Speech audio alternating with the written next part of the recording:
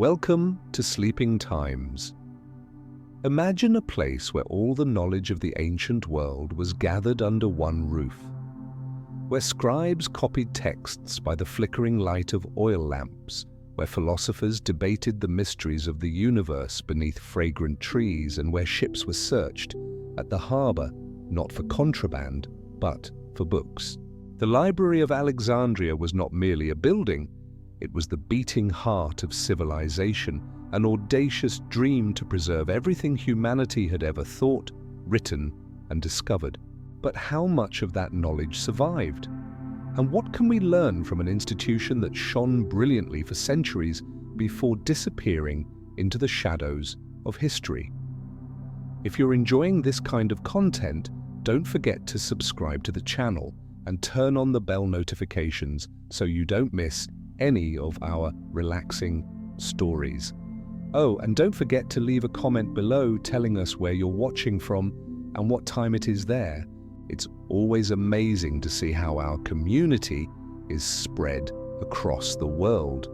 Now, how about turning off the lights, finding a comfortable position, and getting ready to spend an entire day in the Library of Alexandria, exploring its marble halls, meeting the people who dedicated their lives to knowledge, and discovering why this place continues to fascinate us more than 2,000 years later.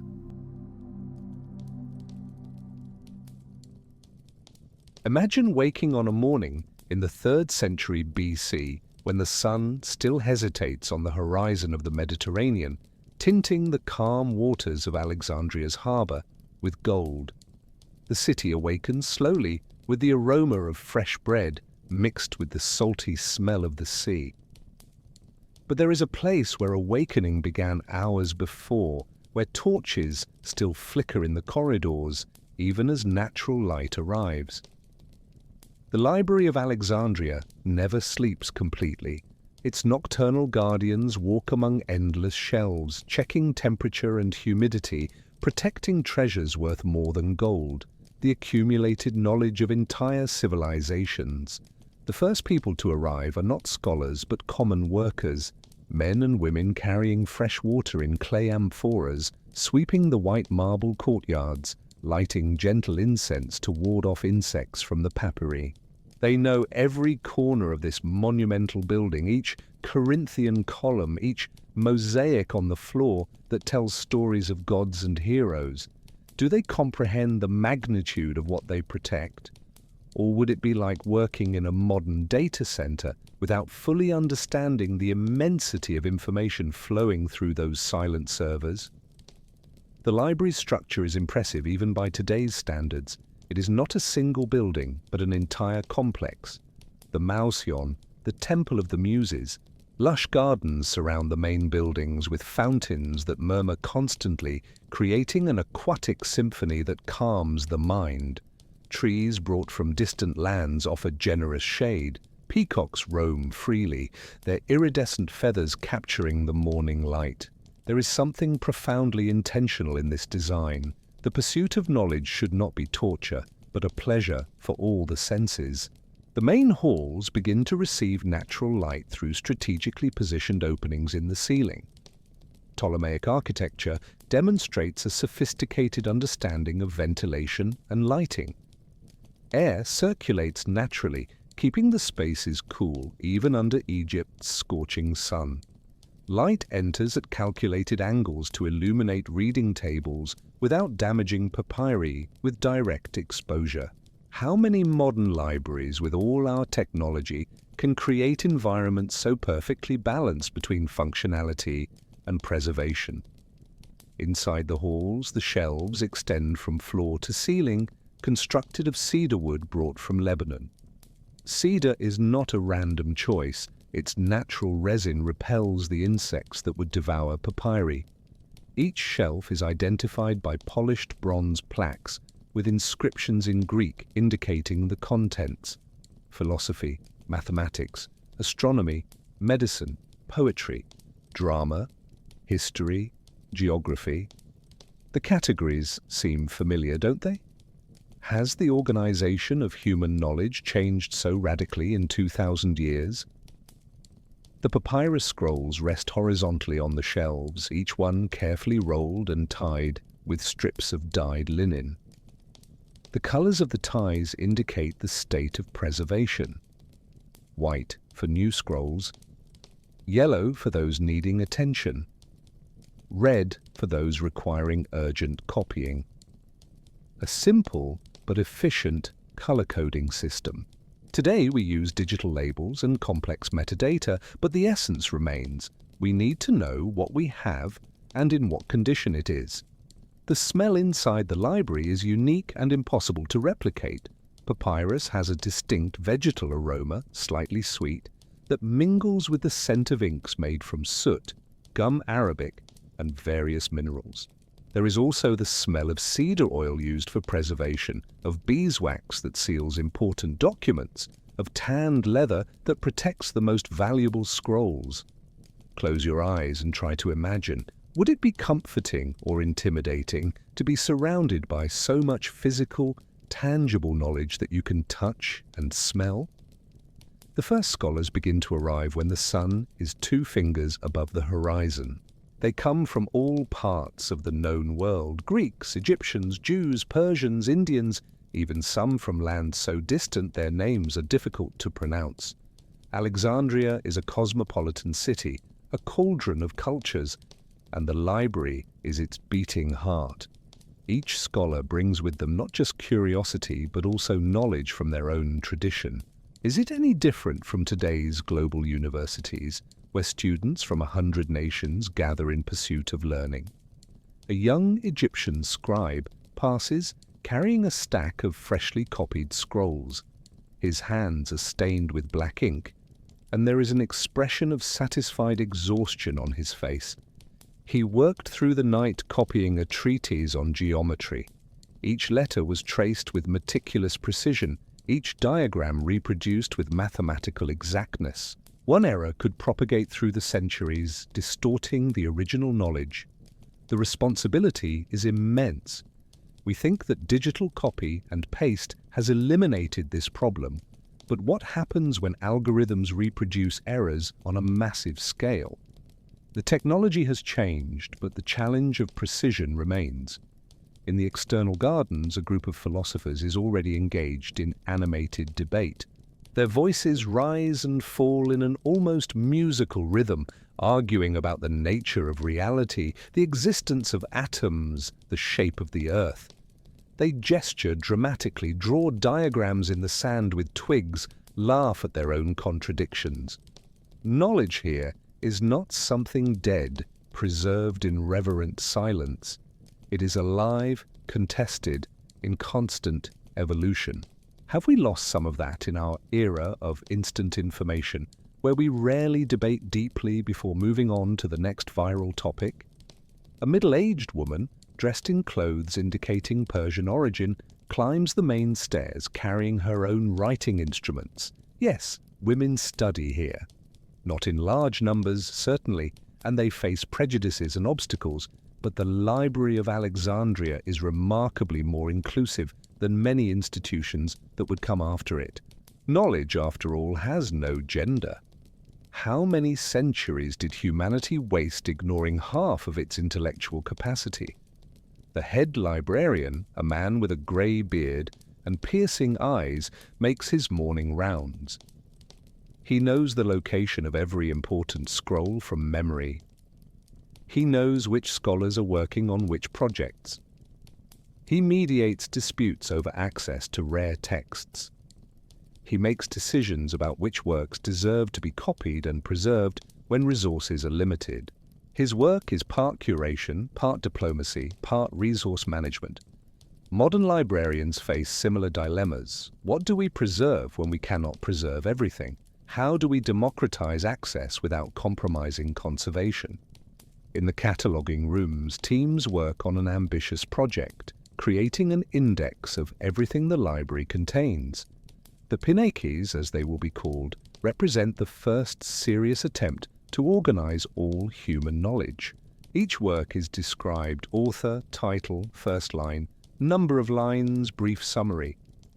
It is a Herculean task that will take decades, But without it, the library would be merely a chaotic warehouse. Information without organization is almost as useless as ignorance. Aren't we still struggling with this same problem on the internet, where we have more information than ever, but increasingly difficulty finding what we really need? The sun is now completely above the horizon, bathing the library in golden light. The day has truly begun. Hundreds of people circulate through the corridors, each on their own journey of discovery. Some will find answers. Others will discover only more questions.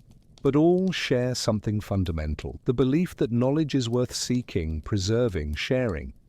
This belief, born millennia ago on the shores of the Mediterranean, still moves us today. But do we honor it adequately, or do we only pay superficial tribute while allowing libraries to close and education to become the privilege of a few? And as the morning activity intensifies, a question hangs in the air, perfumed with incense and papyrus. What makes a place truly a temple of knowledge? Is it the books, the buildings, the technology? Or is it something more intangible, the gathering of curious minds, the freedom to question, the courage to preserve even ideas that challenge established power? And something more is happening today, something few perceive. Ships are arriving at the harbour carrying not merely merchandise, but treasures of another kind. Alexandria's harbour seethes with activity even before the sun reaches its zenith. Merchant ships from every corner of the Mediterranean dock at the stone wharves, their colourful sails being lowered by sailors bronzed by sun and salt. There are Greek vessels with prows painted with protective eyes, Phoenician ships with reinforced hulls for long voyages, Egyptian barges loaded with grain from the Nile. The air is saturated with smells, fresh fish, exotic spices, damp wood, human sweat. But for the library's agents who patrol the docks, there is only one scent that matters, the smell of papyrus and ink that indicates the presence of written texts. There exists a law in Alexandria that few places in the ancient world would dare implement. Every ship that docks in the harbour must declare whether it carries books or documents. It is not a suggestion or courteous request. It is a royal order established by the Ptolemies, the dynasty that governs Egypt following the death of Alexander the Great. Ship captains learned quickly that attempting to hide texts results in heavy fines and possible confiscation of cargo. But why would a kingdom care so much about books as to transform their pursuit into state policy? Imagine if modern governments dedicated the same energy to the preservation of knowledge that they dedicate to tax collection. A Phoenician merchant ship has just docked coming from Tyre. The captain, a corpulent man with gold earrings and scars from past storms, reluctantly declares that he is transporting 3 scrolls, commercial contracts, and a personal letter. The library's agents, young men trained to identify lies and assess texts, board the vessel. They are polite but firm, methodical but swift.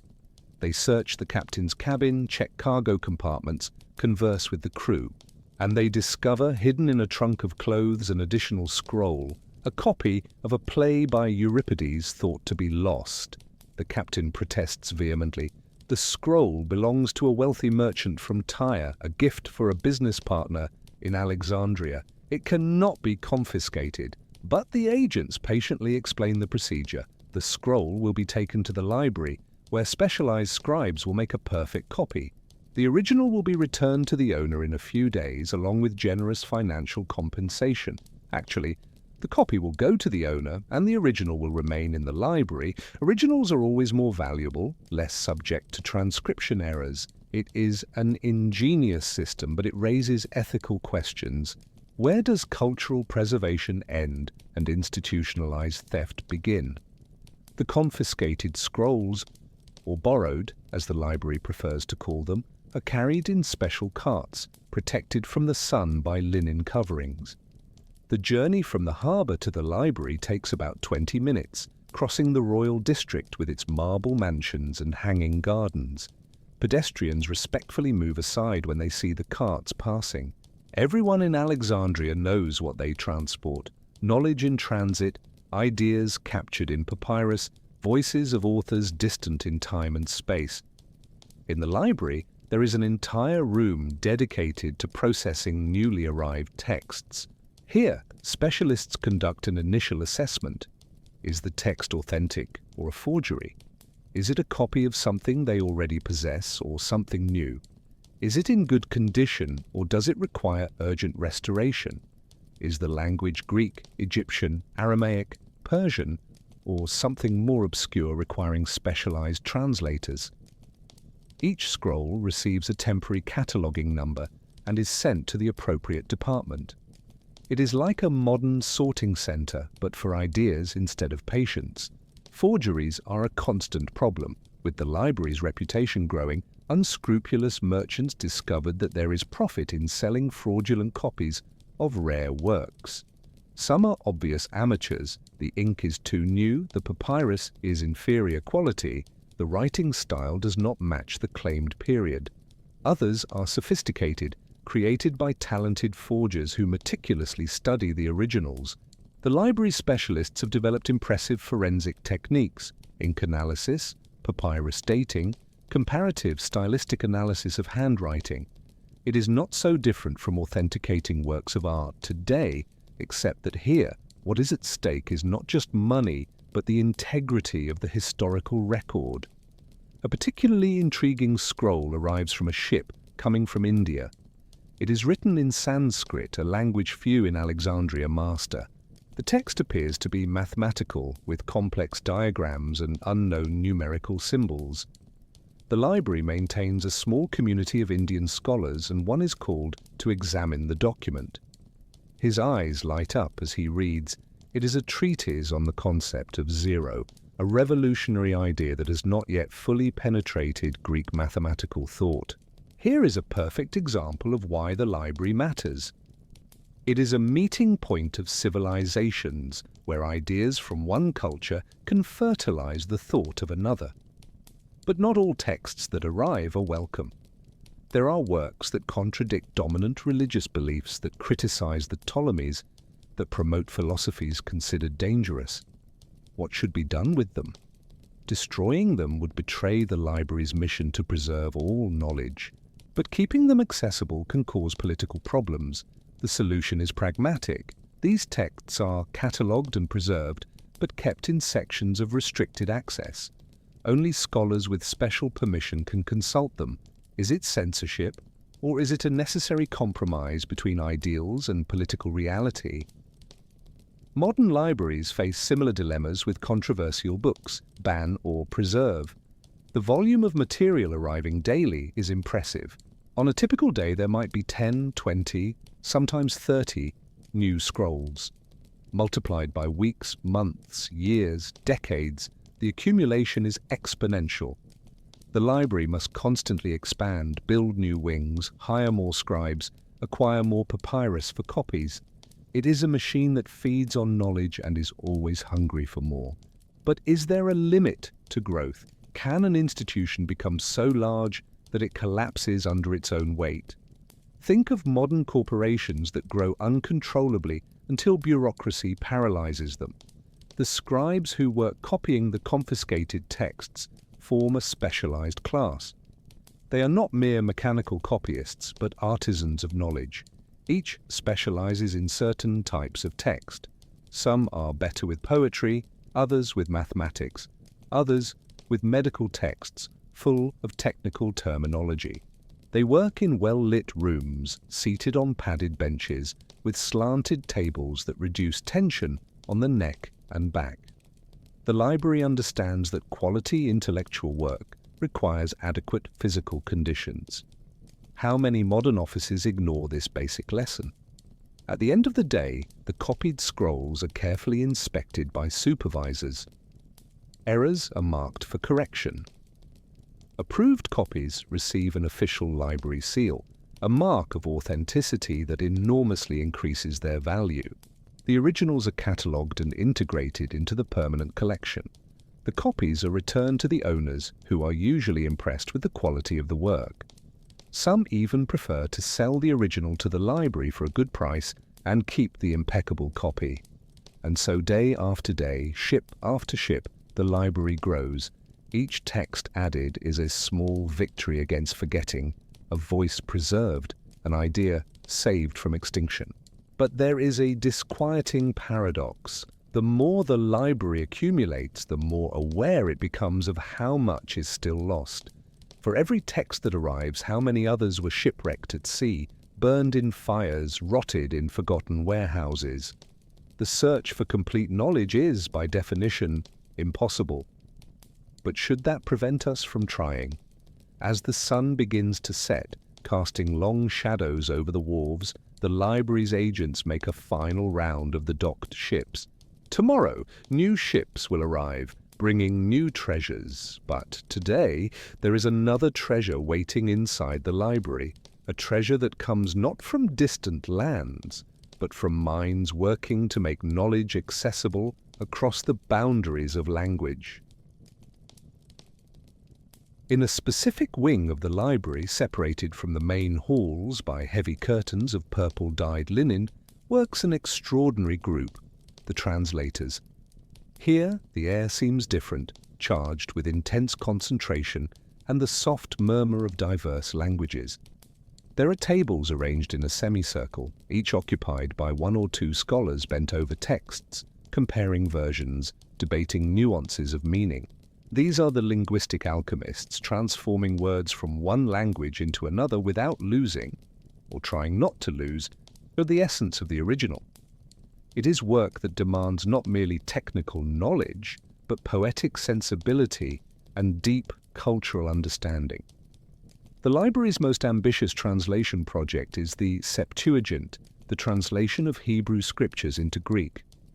According to legend, 72 Jewish scholars were brought from Jerusalem and worked in complete isolation. Miraculously, all their translations were identical, proving divine inspiration. The reality, of course, is more complex and less miraculous. The translators debated fiercely about every word, every phrase. Some discussions lasted days. How do you translate concepts that have no direct equivalent in Greek? How do you preserve wordplay, poetic rhythms, layers of meaning? Is perfect translation possible, or is all translation by nature a betrayal? An Egyptian translator is working on a medical text written in hieratic, the cursive script used for everyday documents in Egypt. He translates into Greek but faces a problem. Many medicinal plants mentioned in the text have no Greek names because they do not grow outside Egypt. He could simply transliterate the Egyptian names, but that would make the text incomprehensible to Greek readers. His solution is to create descriptions. The plant with heart-shaped leaves that grows on the banks of the Nile and has yellow flowers. It is precise but awkward. Centuries later, botanists will have difficulty identifying exactly which plants were referred to. The translation created ambiguity where there was clarity. How often does this happen when concepts from one culture are forced to fit into the categories of another? Two Persian translators are in disagreement about a Zoroastrian philosophical text. One insists that a certain word should be translated as light. The other argues it means wisdom. In ancient Persian, the word carries both meanings simultaneously, an intentional ambiguity that is central to the philosophy of the text. But Greek has no equivalent word. They must choose, and any choice will impoverish the original. Finally, they decide to use light in the main text and add an explanatory note about the additional meaning of wisdom. It is a compromise, but compromises always involve losses. We think that automatic translation by artificial intelligence will solve these problems, but how can an algorithm capture nuances that depend on deep cultural context? The translation room is also a place of surprising discoveries. A Babylonian astronomical text, when translated, reveals observations of eclipses dating centuries before the earliest Greek records. a Sanskrit poem contains descriptions of surgical procedures more advanced than anything known in Greek medicine. A Chinese treatise on agriculture describes crop rotation techniques that could revolutionize Mediterranean agriculture. Translation is not merely converting words, but building bridges between civilizations, allowing knowledge to flow across cultural boundaries. But these bridges are always imperfect. Sometimes they distort what they carry. There is also the problem of authority. When a text exists in multiple versions in its original language, which should be translated, and if the versions contradict one another. The library's translators developed a methodology. Whenever possible, they consult multiple versions, note significant variations, attempt to trace which version is oldest, and therefore, presumably, closest to the original. It is detective work as much as linguistics. But even with all this care, decisions must be made, and each decision shapes how future generations will understand the text. Isn't that an overwhelming responsibility? A young translator is working on his first major assignment, a Greek mathematical text that needs to be translated into Egyptian Demotic for use in local schools. He is nervous, checking every calculation multiple times, constantly consulting with more experienced colleagues. Mathematics, he thought, would be easier to translate than poetry or philosophy. Numbers are universal, right? But he is discovering that even mathematics is steeped in culture. Greeks think geometrically, visualizing problems in terms of shapes and proportions. Egyptians think more arithmetically in terms of practical calculations for construction and commerce. Translation is not merely changing words, but reformulating entire modes of thought. The tools of the translators are surprisingly sophisticated. There are multilingual dictionaries compiled over decades, listing words and their equivalents in various languages. There are comparative grammars analyzing syntactic structures of different languages. There are collections of parallel texts, the same content in multiple languages, that serve as translation guides. The library is essentially creating the first tools of computational linguistics, except that the computation is done by human brains. It is a reminder that artificial intelligence did not invent systematic language analysis, merely accelerated it. Not all texts are considered worthy of translation. There is simply too much material and limited resources. Decisions must be made which texts are important enough, which languages are prioritized. Usually, philosophical and scientific works take precedence over popular literature. Texts in widely spoken languages are prioritized over obscure ones.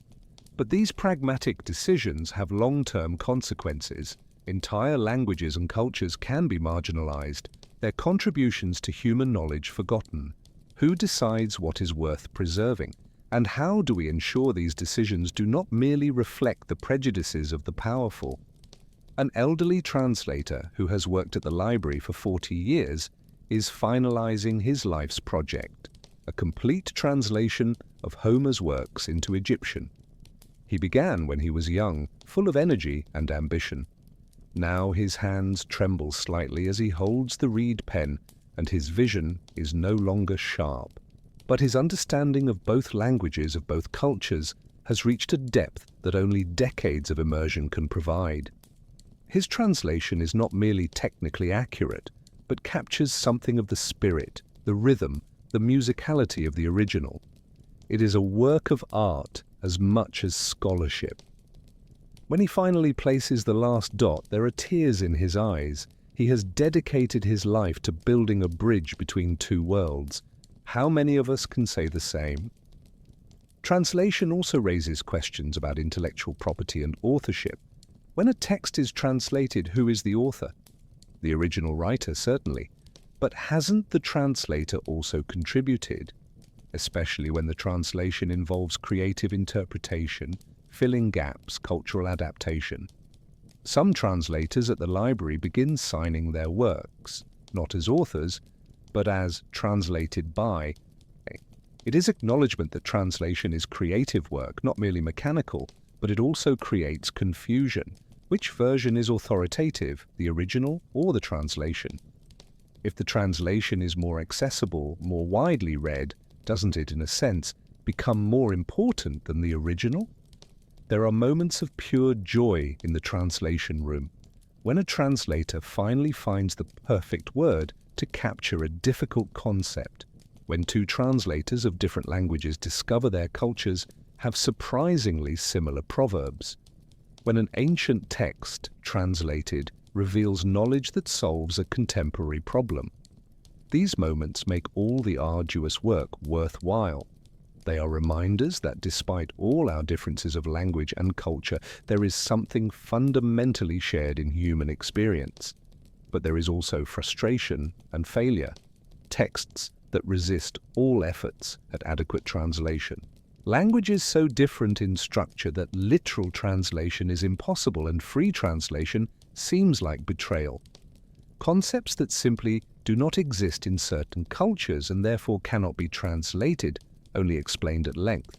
These failures are humbling but also educative. They teach the limits of communication between cultures, the irreducible otherness of the other. As the day progresses, the translation room gradually empties. Translators store their materials, cover their text to protect them from dust, exchange a few words of farewell in their native languages. Tomorrow, they will return and continue the endless work of building linguistic bridges. It is Sisyphean work in a sense, always more to translate, always nuances lost, always perfection unattainable. But it is also essential work because without translation, each culture would be an isolated island, and human knowledge would be fragmented into thousands of incommunicable pieces.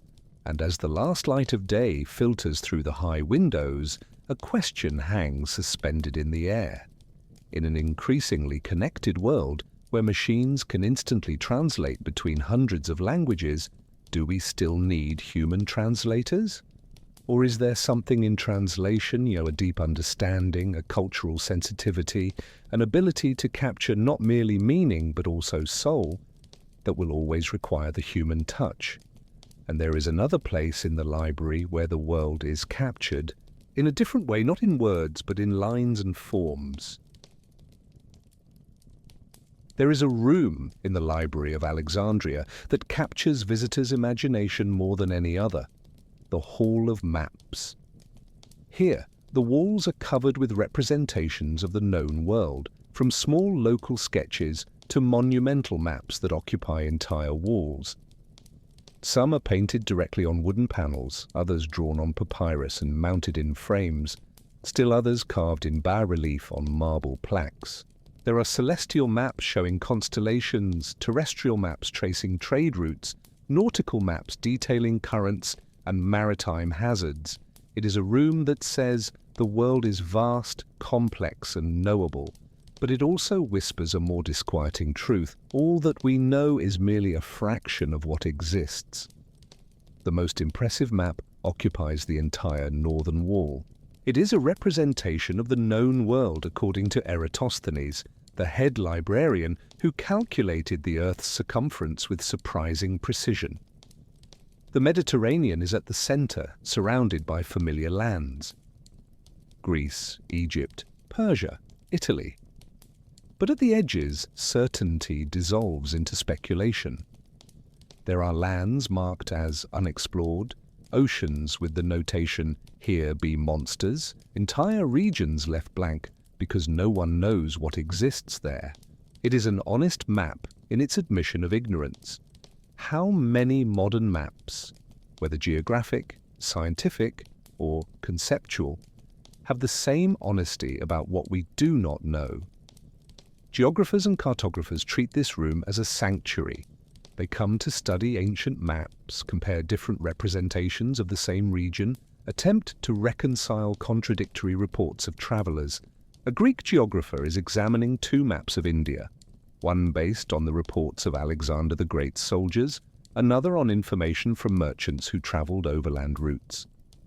The discrepancies are enormous. Rivers appear in different places. Cities have different names, distances do not correspond. which is correct or are both wrong, each distorted by the limitations and prejudices of their sources.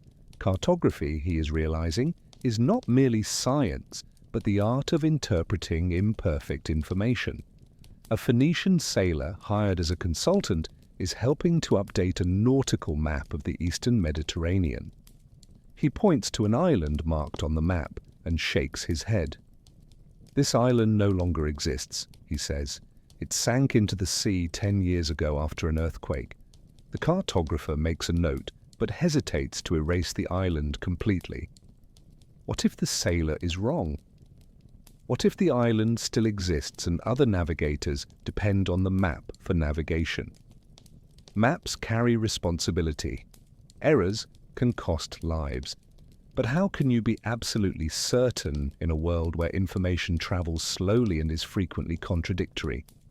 There are maps that are more conceptual than geographic. One shows the world divided into climate zones: torrid, temperate, frigid. Another represents the known world divided among the empires of Alexander after his death. A third, particularly fascinating, attempts to map migration routes of peoples over centuries, with colored arrows showing movements of tribes and nations. These maps do not merely describe the world as it is, but attempt to explain how it came to be. They are tools of historical and anthropological analysis. Is it different from how we use data visualizations today to understand complex patterns, except that here, everything is done by hand, each line drawn with deliberate care? A young astronomy scholar is completely absorbed in a celestial map. He is trying to reconcile Babylonian observations of planetary movements with Greek theories about the structure of the cosmos. The observations are precise, accumulated over centuries, but do not fit perfectly into the theories. There are small but persistent discrepancies. He could ignore them, attribute them to observational errors. But something in him resists. What if the theories are wrong? What if the cosmos is more complex than current models suggest? This tension between theory and observation, between what we think we know and what the data actually shows, is the engine of scientific progress, but it requires courage to question established orthodoxies. The room also contains instruments of measurement and navigation. There are astrolabes for determining latitude by observing stars. There are gnomons, simple vertical rods whose shadows allow calculation of the sun's position. There are armillary spheres, three-dimensional models of the celestial sphere. These instruments are not merely tools, but also objects of beauty, frequently decorated with elaborate engravings. There is recognition that science and art are not opposites, but complementary. The pursuit of knowledge can and should be aesthetically pleasurable. When did we lose that in our era of purely functional scientific instruments? A heated debate is taking place in a corner of the room. Two geographers argue about the possibility of circumnavigating Africa. One argues that it is impossible. The continent extends infinitely southward, eventually connecting to an unknown Antarctic landmass.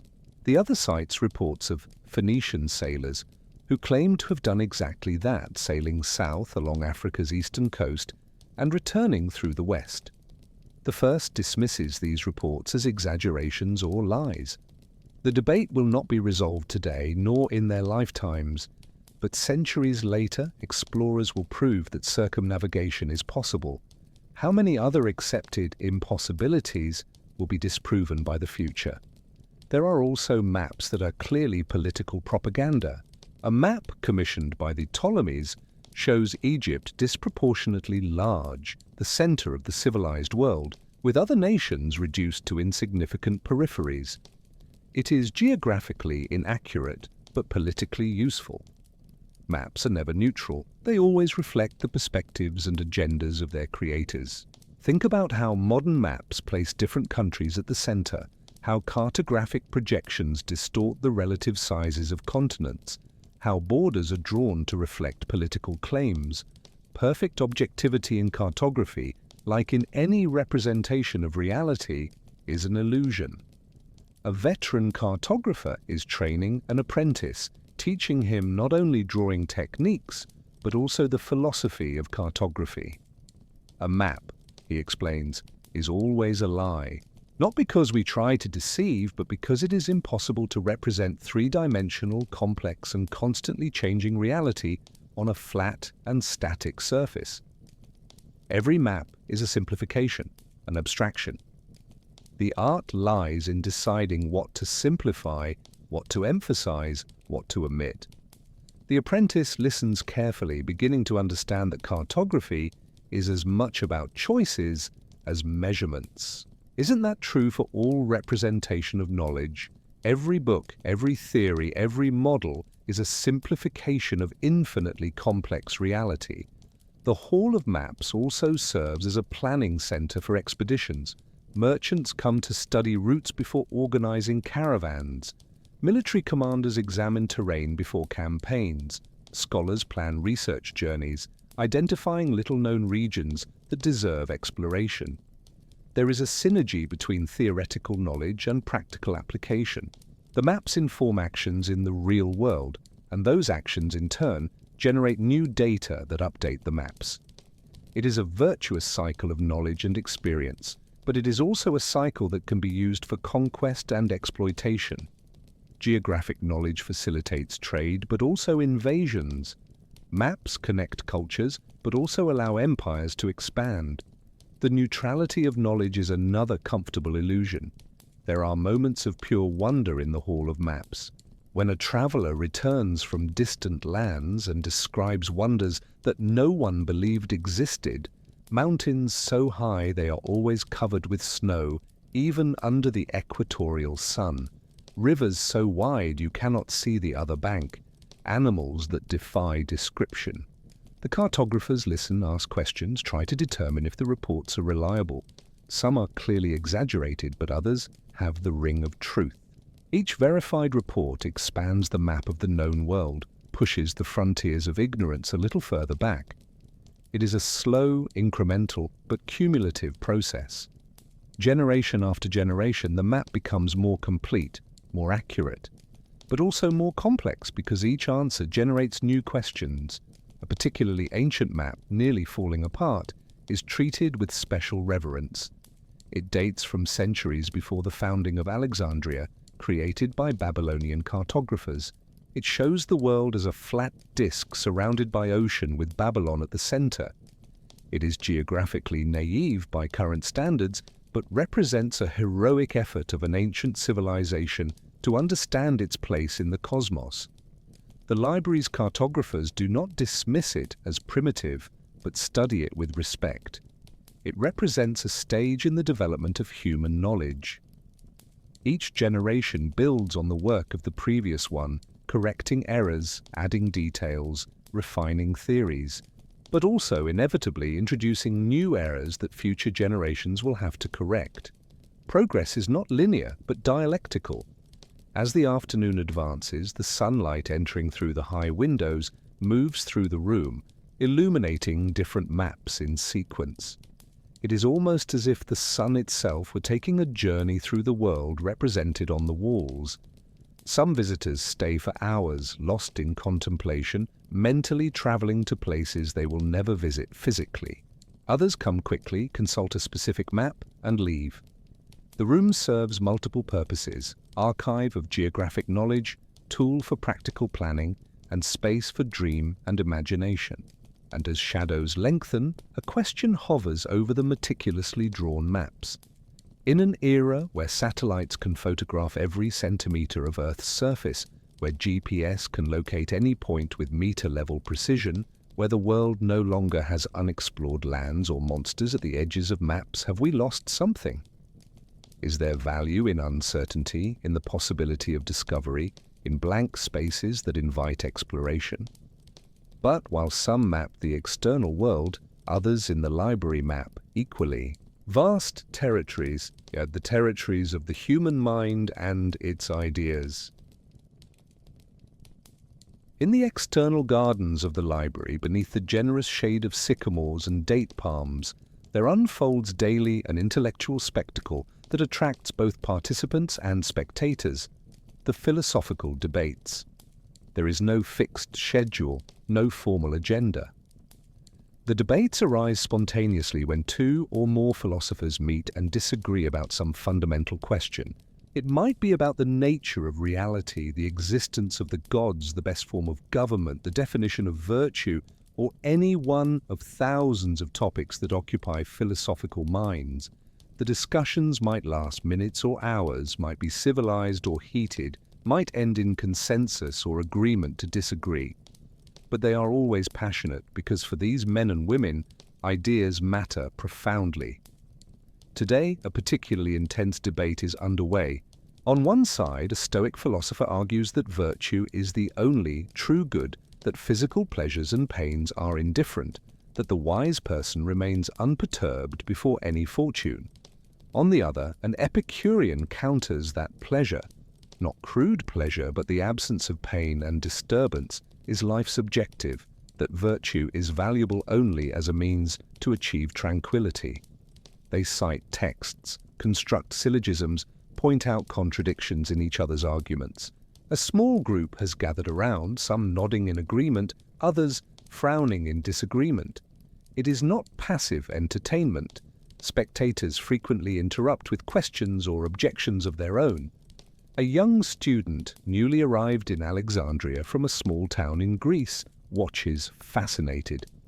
In his hometown there was a teacher who taught philosophy, but it was always a monologue, never a dialogue. Here he is watching ideas tested in real time, arguments constructed and demolished, brilliant thinkers forced to defend their positions against relentless criticism. It is exhausting merely to watch, but also exhilarating. He begins to understand that philosophy is not a static body of knowledge to be memorized, but a dynamic process of questioning and argumentation. But he also wonders, if even the greatest philosophers cannot agree about fundamental questions, is there hope of ever reaching definitive truths? The Stoic-Epicurean debate eventually dissolves without clear resolution, as most philosophical debates do, but immediately another begins. A Platonic philosopher is arguing that the physical world we perceive is merely an imperfect shadow of an eternal and perfect realm of forms.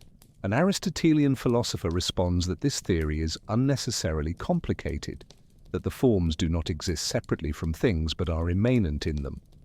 The discussion quickly becomes technical, full of specialized terminology.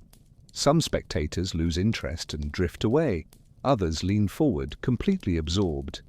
There is something democratic about these debates. Anyone can participate, but only those genuinely interested remain. A cynic, recognizable by his simple clothes and unkempt beard, interrupts the Platonic Aristotelian debate with a harsh laugh. You debate about forms and essences while real people suffer from hunger and injustice. Philosophy should be about how to live, not about useless abstractions. His intervention is provocative, deliberately rude. Some philosophers are offended, others amused.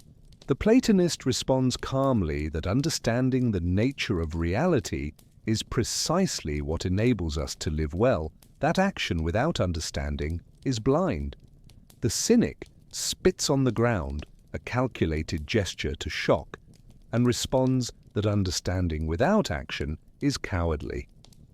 The debate has shifted from metaphysics to applied ethics in seconds. It is a reminder that philosophy, however abstract it might seem, always has practical implications. Not all debates are so confrontational. In another corner of the garden, a group of philosophers is engaged in collaborative discussion about a problem with philosophical implications, Zeno's paradox. If you need to cross a room, you must first cross half the distance, then half of the remaining distance, then half of that, and so on infinitely. How do you ever complete the crossing? They draw diagrams in the sand, propose solutions, find flaws in them, refine their ideas. There are no winners or losers here, just collaborators in the search for understanding. It is philosophy at its most constructive, minds working together rather than against one another. But even here there is tension. Some proposed solutions require abandoning deeply ingrained intuitions about space and time. How much of our common sense are we willing to sacrifice to solve logical paradoxes? A particularly interesting discussion is happening between a Greek philosopher and a visiting Indian sage. They are trying to find common ground between their radically different philosophical traditions. The Greek speaks of logos, universal reason that permeates the cosmos. The Indian speaks of Brahman, ultimate reality beyond all distinctions. There are intriguing similarities, but also fundamental differences. The Greek emphasizes logic and rational argumentation. The Indian emphasizes meditation and direct experience. They are discovering that some ideas are almost untranslatable between their traditions. But the effort of translation itself is valuable, forcing each to articulate their beliefs more clearly, to examine presuppositions that normally remain implicit. Intercultural dialogue is difficult, but it is where the deepest intellectual growth often happens. There are also debates about urgent political questions. A group is discussing the best form of government. One advocates for democracy, citing Athens as an example. Another argues that democracy is government by ignorant multitude, that aristocracy, government by the best, is superior. A third suggests that monarchy, if the king is wise and virtuous, is ideal. A fourth, more radical, questions whether any form of government is necessary, whether communities could not self-organize without coercive hierarchies. The debate is more than academic. Alexandria is under the monarchical rule of the Ptolemies, and criticism of the system can be dangerous. But here, in the library's gardens, there is relative freedom of expression. Still, the debaters choose their words carefully, criticize abstract systems rather than specific rulers. It is a delicate balance between intellectual honesty and political prudence. How many intellectuals today face similar dilemmas? A debate that attracts a large audience is about the nature of the soul and what happens after death.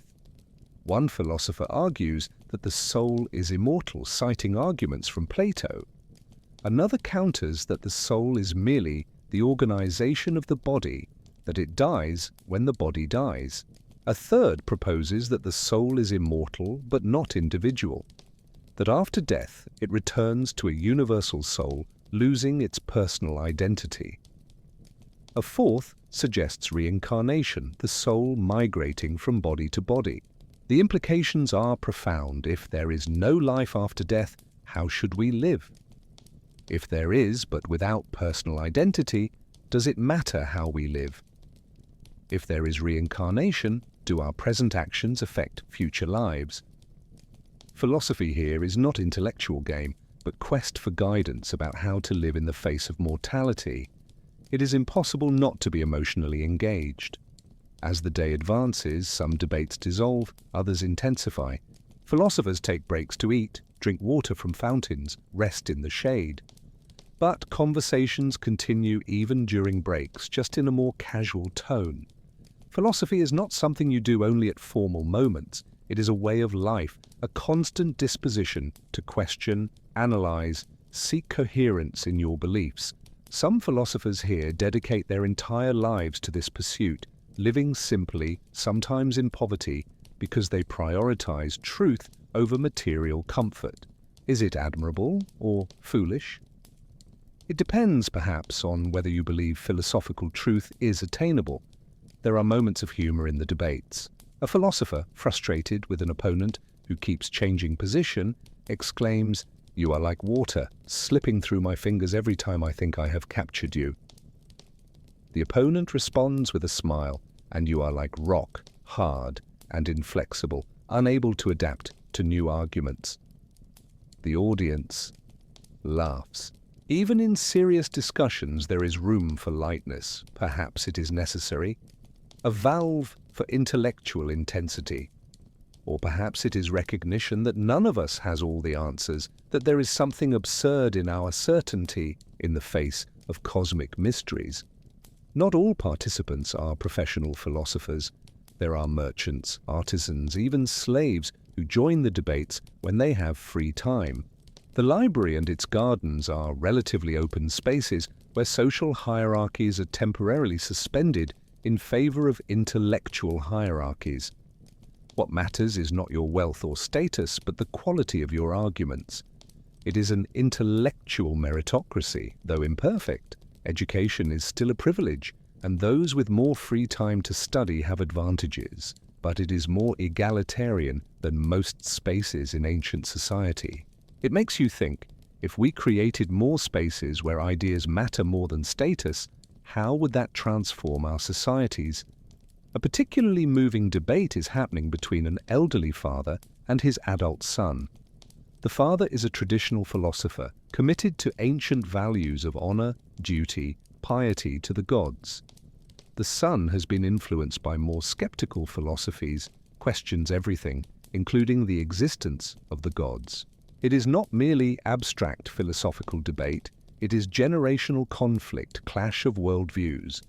They argue passionately, but also with evident love. Others observe in respectful silence, recognizing that they are witnessing something profoundly personal. The debate will not be resolved today, perhaps never. But the fact that father and son can fundamentally disagree and still respect each other, still seek mutual understanding, is itself a form of wisdom. As the sun begins to set, tinting the sky orange and purple, the debates gradually diminish. Philosophers say their farewells, some amicably, others visibly, still irritated by unresolved disagreements. Tomorrow they will return and continue. New questions, new arguments, perhaps some of the same debates that have been happening for centuries. There is something of Sisyphus in that, but also something profoundly human.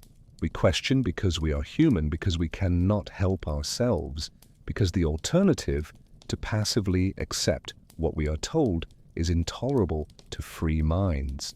And as the last voices disperse in the twilight gardens, a question remains.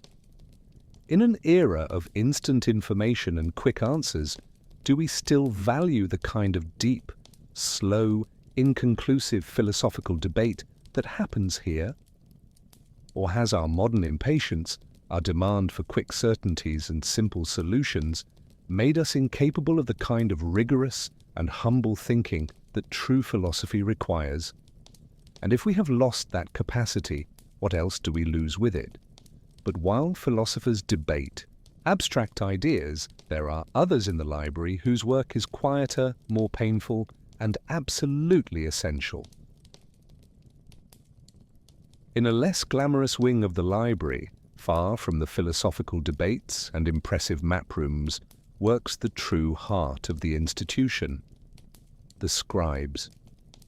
There are dozens of them seated in orderly rows, each at their slanted table, each with their instruments, reed pens cut at precise angles, pots of black ink made from soot and gum, pots of red ink for titles and initials, pumice stones for scraping errors, rulers to keep lines straight. The dominant sound is the rhythmic whisper of reed pens on papyrus, occasionally punctuated by coughs, sighs, the creak of a bench when someone shifts position. It is monotonous work, physically demanding, mentally exhausting, but it is also essential work because without scribes, knowledge would die with the originals. A veteran scribe with more than 20 years of service is working on a complex medical text. His hands move with automatic efficiency, but his eyes are constantly checking, comparing his copy with the original. He has developed over the years such refined muscle memory that he can write while his mind is partially elsewhere. But not completely. A moment of inattention and an error can slip in. And errors in medical texts can, eventually, cost lives.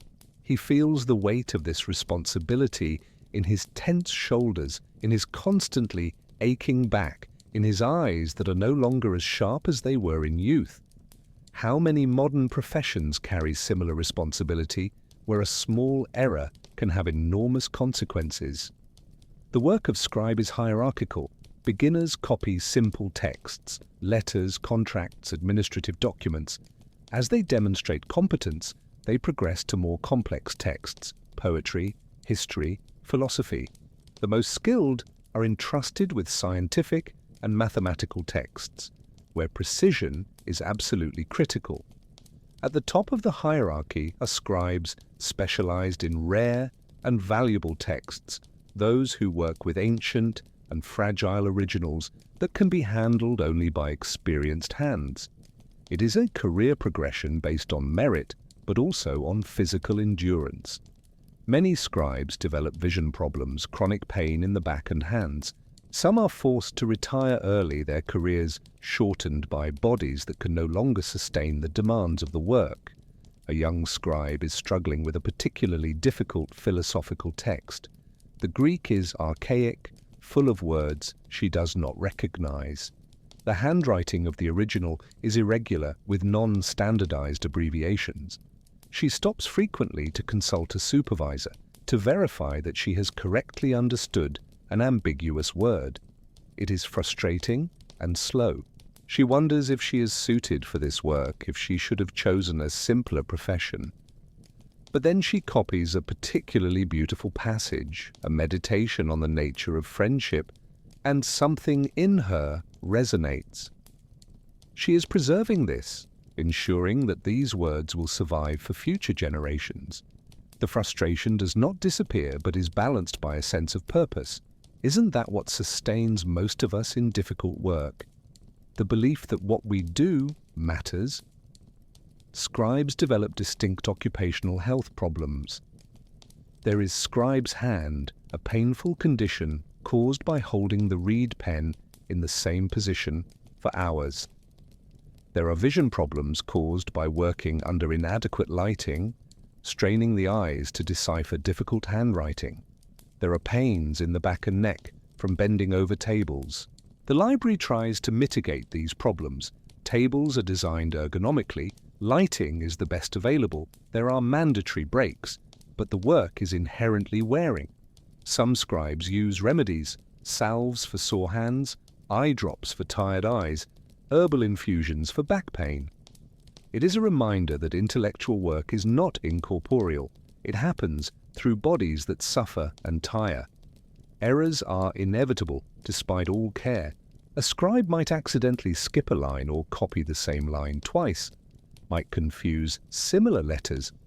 In Greek, certain letters are easy to confuse when written quickly, might misinterpret an ambiguous word, especially in texts without spaces between words or standardized punctuation. There is an elaborate system of checking. Supervisors review copies, comparing them with originals. Errors are marked for correction. But some errors escape notice, especially in long and complex texts, and once an error enters a copy, it can propagate. The erroneous copy might be copied, and the error multiplies. It is like genetic mutations, except that here, what is evolving or degenerating are texts. There are debates among the scribes about the philosophy of copying. Some argue that the scribe's work is to reproduce the original exactly, including obvious errors. If the original has a grammatical error, the copy should have the same error. Others argue that scribes have a responsibility to correct obvious errors, that reproducing known errors is absurd. But where to draw the line? What is obvious error versus intentional variation? An experienced supervisor explains that it depends on the type of text. In literary texts, preserve everything exactly. In scientific texts, correct obvious errors but annotate the correction in the margin. It is a pragmatic solution but does not resolve all dilemmas. Modern text editors face similar questions: how much to intervene, how much to preserve? A scribe is working on a text that he personally considers immoral. It is a treatise defending slavery, arguing that some people are naturally inferior and destined to serve. He himself is a free man, but has friends who are enslaved, intelligent, and talented people whose condition is accident of birth, not reflection of ability. Copying this text makes him nauseated. But it is his job. He considers deliberately introducing errors, sabotaging the text. But that would be betrayal of his professional responsibility. He copies faithfully but with anger in every stroke. It is a reminder that preservation of knowledge is not neutral. We also preserve ideas we consider repugnant. Should we? Or are there limits to what deserves to be preserved? The scribes form a close-knit community. They share techniques, complain about difficult texts, support one another through frustrations. There are deep friendships formed over copying tables, relationships forged in shared work. There are also rivalries. Some scribes are faster, others more accurate, and professional pride is at stake. Supervisors sometimes organize friendly competitions. Who can copy a standard text most quickly without errors? The winner receives recognition and sometimes a small bonus. It is a way of making monotonous work more interesting, of injecting an element of play into serious labor. There are moments of discovery even in the routine work of copying. A scribe is working on a palimpsest, a papyrus that was scraped and reused. But the scraping was not complete, and in the right light, he can see traces of the previous text. He calls a supervisor who examines carefully. The underlying text appears to be a lost work by a famous poet. It is a significant discovery. The palimpsest is sent to specialists who will attempt to recover the hidden text. The scribe feels proud. His attentive eyes saved something precious from oblivion. Small victories like this make the work bearable. As the day advances, fatigue sets in. Hands tremble slightly. Eyes burn. Concentration wavers. Errors become more frequent. Supervisors recognize the signs and order breaks. Scribes go out to the gardens, stretch tense muscles, wet their faces at fountains, talk about anything except work. Some eat light snacks, bread, fruit, cheese. Others simply lie in the grass, looking up at the sky, letting their minds wander. These breaks are not luxury, but necessity. Sustained intellectual work requires regular rest. Modern work cultures that glorify excessive hours and minimize rest are ironically reducing productivity and quality. There is also a hierarchy in terms of materials. Junior scribes work with inferior quality papyrus, rougher, harder to write on. Experienced scribes receive better quality papyrus, smoother, that accepts ink more easily. The most skilled sometimes work with parchment, made from animal skin, more durable than papyrus but also more expensive. There is something unjust about this. Beginners, who need good materials most to compensate for lack of skill, receive the worst. But it is also pragmatic. Expensive materials should not be wasted on inferior work. It is a dilemma that appears in many contexts: how to balance skill development with efficient use of resources. An elderly scribe is working on his final project before retirement. It is a luxury copy of the Iliad, commissioned by a wealthy patron. He is pouring into it all his accumulated knowledge, all his refined skill developed over decades. The handwriting is impeccable, each letter a small work of art. He adds illustrations in the margins, small scenes of battles and gods. It is his legacy, the masterpiece, that will be remembered. There are tears in his eyes as he works, a mixture of pride and sadness. Pride for what he has achieved, sadness because this phase of his life is ending. When he places the final dot, there is applause from scribes around him. They understand what this moment means. And as the daylight begins to fail and scribes cover their works in progress, store their instruments, prepare to depart, a question remains in the air, thick with the smell of ink. In an era of digital printing where texts can be copied instantly and perfectly without human error, without physical pain, what do we lose? Is there value in the slow and painful work of manual copying, in the physical connection between scribe and text, in the intimate knowledge that comes from tracing every letter? Or is it pure nostalgia to romanticize work that was, in fact, merely difficult and wearing? And as day transforms into night, the library assumes a completely different character. When the sun finally sets over Alexandria, most of the scholars and workers leave the library. The main gates are locked, guards assume positions, torches are lit at regular intervals along the corridors. But the library is never completely empty or silent. There are always some who remain, scholars so absorbed in research they lose track of time, scribes working on urgent projects, nocturnal guards making their rounds, and a special category of people, those who prefer the quiet of night for work requiring deep concentration. Night transforms the library from bustling public space into a private sanctuary of thought. An astronomer is on the upper terrace where observation instruments are installed. The night sky over Alexandria is spectacular, not yet polluted by artificial light. The Milky Way stretches like a river of light across the firmament. He is tracking the movement of a planet, making careful measurements of its position relative to the fixed stars. These observations, accumulated night after night, month after month, will eventually reveal patterns that might confirm or refute theories about the structure of the cosmos.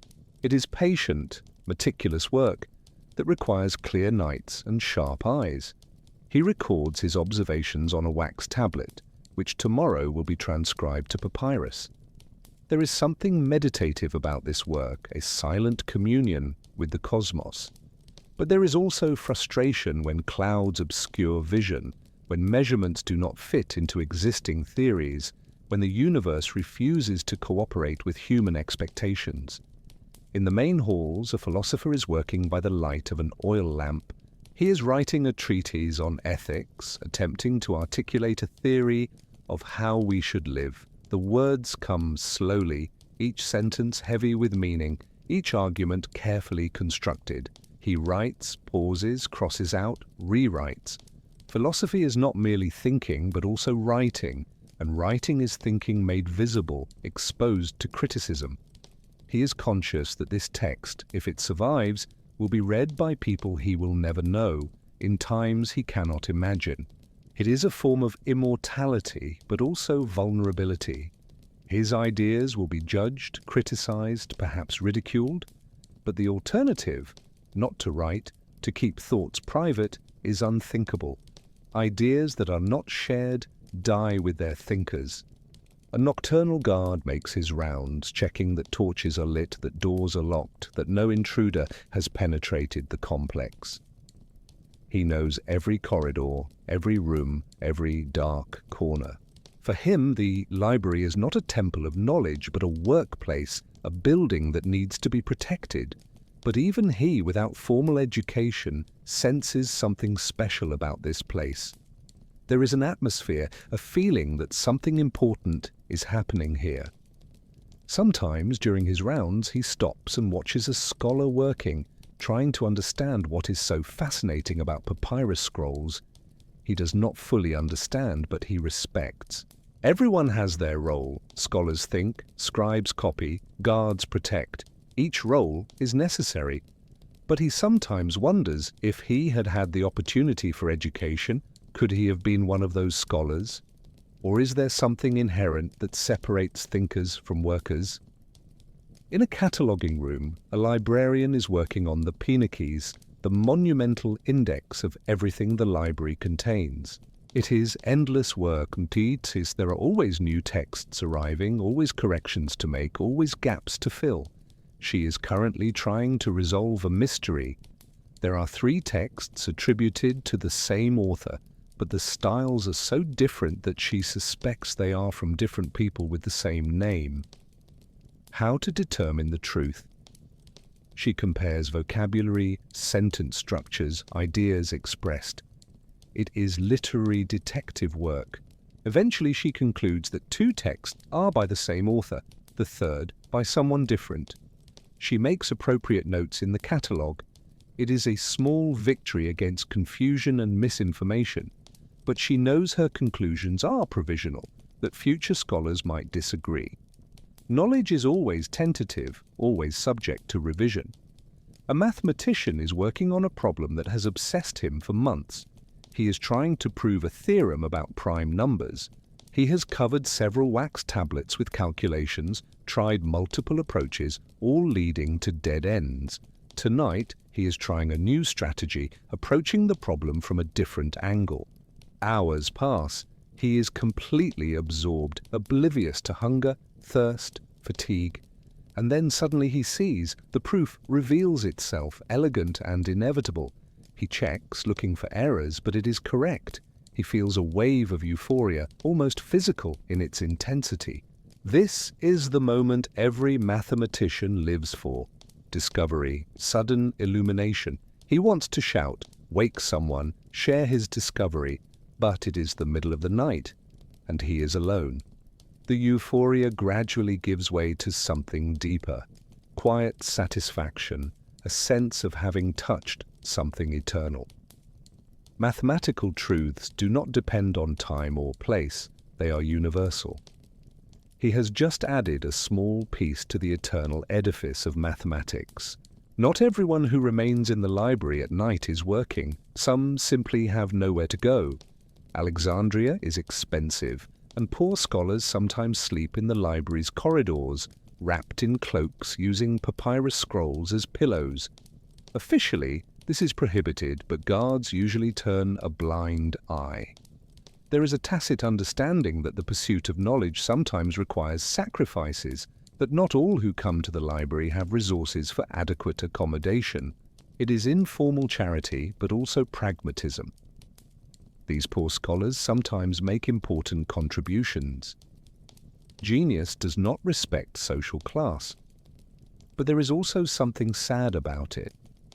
What kind of society that values knowledge does not ensure that those who pursue it have basic needs met? Fire is the constant nightmare of any ancient library. Papyrus is highly flammable. A single overturned torch, an oil lamp knocked over, and decades of work can be destroyed in minutes. Nocturnal guards are trained in fire prevention and fighting. There are buckets of sand and water strategically positioned. There are protocols. If a fire starts, save first the rarest and most valuable texts, then try to contain the flames. But everyone knows that in a serious fire, impossible choices would have to be made. Which texts to save? Which to let burn? How do you decide what is most valuable when everything is irreplaceable? It is a thought that keeps librarians awake at night, a fear that never completely disappears. The night also brings unusual visitors. A group of Egyptian priests arrives, seeking access to ancient religious texts. There is tension between Egyptian religious tradition and the dominant Greek culture in Alexandria. The priests view the library with ambivalence. It is a valuable resource, but also represents Hellenization, erosion of Egyptian traditions. They are received respectfully, shown to the texts they seek. But there is a distance, a lack of true mutual understanding. The library proclaims itself universal, open to all knowledge, but in practice is dominated by Greek perspectives. Egyptian texts are preserved, but frequently translated into Greek, interpreted through Greek lenses. Is it cultural colonialism disguised as universalism? Or is it a genuine, though imperfect, effort to preserve diverse knowledge? A poet is wandering through the corridors, unable to sleep, seeking inspiration. He reads random excerpts from different texts, letting words and ideas wash over him. Sometimes a phrase, an image, an idea triggers something in his mind, and he rushes to write it down before inspiration flees. Poetry, he has discovered, cannot be forced. You create conditions, broad reading, open mind, availability, and hope the muse appears. The library at night, with its quietness and its concentration of knowledge, is fertile ground for creativity. But it can also be intimidating. Surrounded by the works of geniuses of the past, how can you create something new, something worthy of joining this company? The anxiety of influence is real. As night advances toward dawn, the library reaches its quietest point. Even the most dedicated nocturnal workers eventually succumb to fatigue. There is a period, perhaps an hour before dawn, when the building is almost completely silent. Only the occasional crackling of a torch, the distant sound of waves from the harbour, the sigh of wind through columns. It is a moment of deep peace, but also of solitude. The few still awake feel the weight of silence, the vastness of accumulated knowledge around them, the smallness of their own contribution. It is humbling, but also liberating. You do not need to have all the answers. You just need to add your small piece to the infinite mosaic. And then gradually darkness begins to retreat. The sky in the east lightens, first grey, then pink, then gold. Birds begin to sing. The city begins to awaken. Nocturnal guards prepare to be replaced by the day shift. Scholars who have worked through the night stretch stiff muscles, rub tired eyes, consider whether they should go sleep or continue working. The library transforms again, from nocturnal sanctuary back to daytime public space. But those who have experienced both know they are different places, each with its own character, its own possibilities. And as the first light of sun touches marble columns, illuminating dust dancing in the air, a question remains. Is there something about night, about darkness, about quiet, that facilitates certain types of thinking? Or is it merely that those who choose to work at night are specific types of people? Solitary, obsessive, those who prefer to avoid social distractions. And in our era of constant illumination, of 24/7 activity, of perpetual connectivity, have we lost something valuable that night, once offered?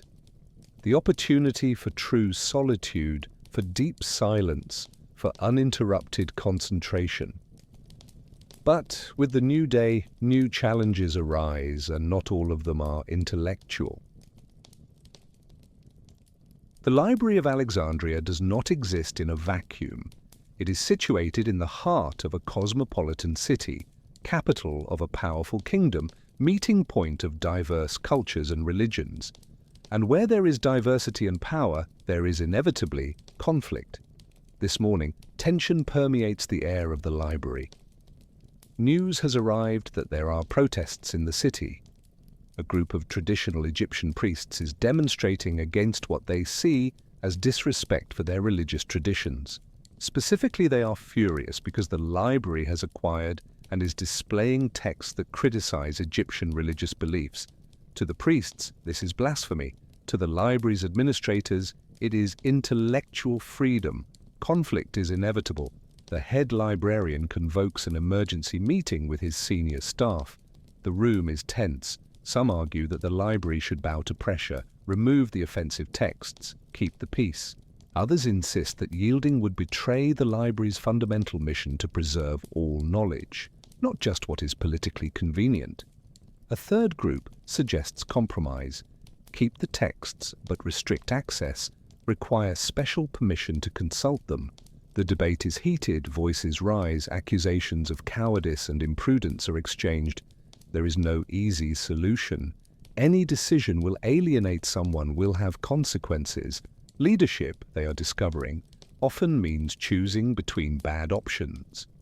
How do you balance principles with pragmatism? How do you defend ideals without putting people in danger? The situation is complicated by dynastic politics. The Ptolemies, who govern Egypt, are Greek, descendants of one of Alexander the Great's generals. They govern a predominantly Egyptian population, and their legitimacy depends partly on respecting Egyptian traditions. But they are also patrons of Greek culture, and the library is their prestige project, symbol of their sophistication and commitment to learning. They are trapped between two worlds, two cultures, two visions of how society should be organized. The library, intentionally or not, has become a battleground in this larger cultural conflict. Is it different from how cultural institutions today, museums, universities, libraries, find themselves at the center of culture wars, forced to navigate between conflicting demands of different groups? An emissary from the royal palace arrives at the library. He brings a message from the king: resolve the situation quickly and discreetly. The king does not want public confrontation, does not want to be forced to choose sides publicly. But the message is ambiguous, or it does not specify how to resolve the situation. It is deliberately vague, giving the head librarian flexibility, but also leaving him without clear political cover. If the solution works, the king will receive credit. If it fails, the head librarian will be the scapegoat. That is how power works. Those at the top maintain plausible deniability. Those in the middle assume the risks. The head librarian understands the game, but that does not make it easier. Meanwhile, in the library's corridors, scholars are divided. Some, mainly Greeks, see the protest as religious obscurantism, an attempt to suppress rational inquiry. Others, including some Hellenized Egyptians, sympathize with the priests, feel that genuine disrespect is happening, that dominant Greek culture is arrogant in its presumption of superiority. There are heated arguments, friendships strained, the normally cohesive intellectual community fragmenting along cultural and religious lines. It is a reminder that intellectual communities are not immune to broader social divisions, that reason and scholarship do not automatically eliminate prejudices and tribal loyalties. A group of scholars decides to take action. They draft a petition defending the library's intellectual freedom, arguing that no knowledge should be suppressed, no matter how offensive some might find it. They circulate the petition, collecting signatures. Many sign enthusiastically. Others refuse, either disagreeing with the principle or fearing repercussions. Some sign anonymously, wanting to support the cause but not wanting to be publicly associated with it. The petition is an exercise in intellectual democracy, but it also reveals the limitations of that democracy. Those with more to lose, scholars dependent on royal patronage, those without secure citizenship or legal status, are less able to speak freely. Freedom of expression, it is revealed, is not equally distributed. The protesting priests are not monolithic. Some are genuinely offended for religious reasons. Others see a political opportunity, a chance to assert Egyptian power against Greek domination. Still others are motivated by economic resentment. Egyptian temples lost wealth and influence under Ptolemaic rule, and the library, with its vast resources, is the visible symbol of this shift in power. The religious protest is real, but it is also a proxy for deeper conflicts about power, identity, and the future of Egypt. Rarely are conflicts only about what they superficially appear to be. There are always layers, always hidden agendas, always stories more complex than simple narratives suggest. The final decision is an uncomfortable compromise. The offensive text will not be removed, but will be moved to a restricted access section. Serious scholars will still be able to consult them, but they will not be on public display. Additionally, the library will commission translations of important Egyptian religious texts, demonstrating respect for Egyptian tradition. It is a solution that no one loves, but that most can tolerate. The priests declare partial victory and end the protest. Defenders of intellectual freedom grumble but accept. The king is satisfied that the crisis has been avoided. But everyone knows that the underlying conflict has not been resolved, merely postponed. Compromises rarely satisfy anyone completely, but sometimes they are necessary for institutions to survive. But there are lasting consequences. Trust has been damaged. Some Egyptian scholars feel validated, feel their concerns were taken seriously. Others feel betrayed, feel the library caved to irrational pressure. Some Greek scholars feel vindicated, feel principles were maintained. Others feel the library showed weakness, that it should have resisted completely. The intellectual community is more divided than before, and there is an inhibiting effect. Scholars now think twice before working on controversial topics, before expressing opinions that might offend powerful groups. Self-censorship, the most effective form of censorship, begins to seep in. Isn't this what happens in any society when conflicts over freedom of expression arise? Public debate might end, but psychological effects persist. There is also a personal dimension. The head librarian, who made the final decision, is criticized from both sides. Some accuse him of cowardice, others of imprudence. He receives veiled threats, loses friends, sleeps poorly. Leadership, he is learning, is lonely.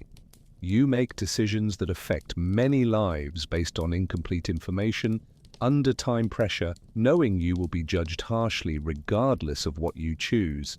He wonders if it is worth it, if he should have chosen a simpler life of pure scholarship without administrative responsibilities. But he also knows that someone needs to make these choices, that institutions do not administrate themselves. It is the burden of responsibility. In the weeks following, life in the library gradually returns to normal. Scholars return to their work, scribes to their copying, philosophical debates resume in the gardens. But something has changed. There is a new awareness that the library is not an isolated sanctuary, but part of a complex and often hostile political world.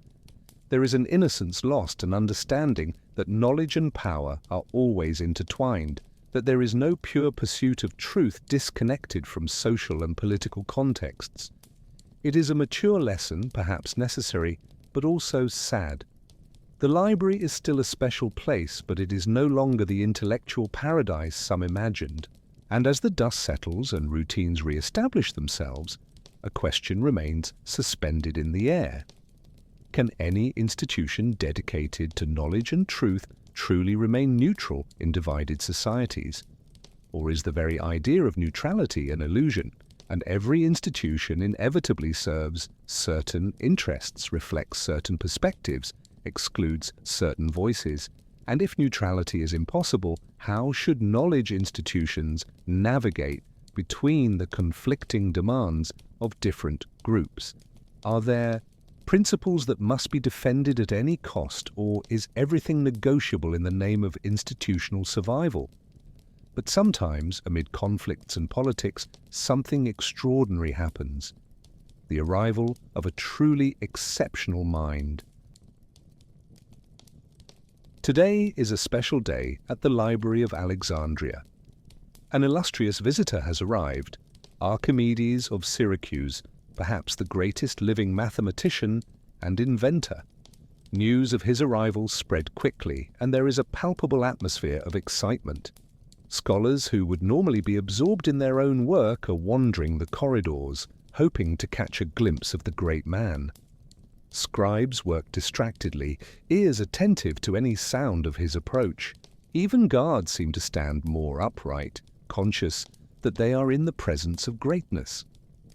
The library frequently receives notable visitors, but Archimedes is special. His reputation transcends disciplines. His genius is universally recognized. Archimedes is being conducted on a private tour by the head librarian. He examines the halls with critical eyes, asks technical questions about organization and preservation of texts, expresses admiration for the scale of the collection. But he is particularly interested in the mathematical texts. He spends hours in the mathematics section, pulling scrolls, reading excerpts, sometimes making notes.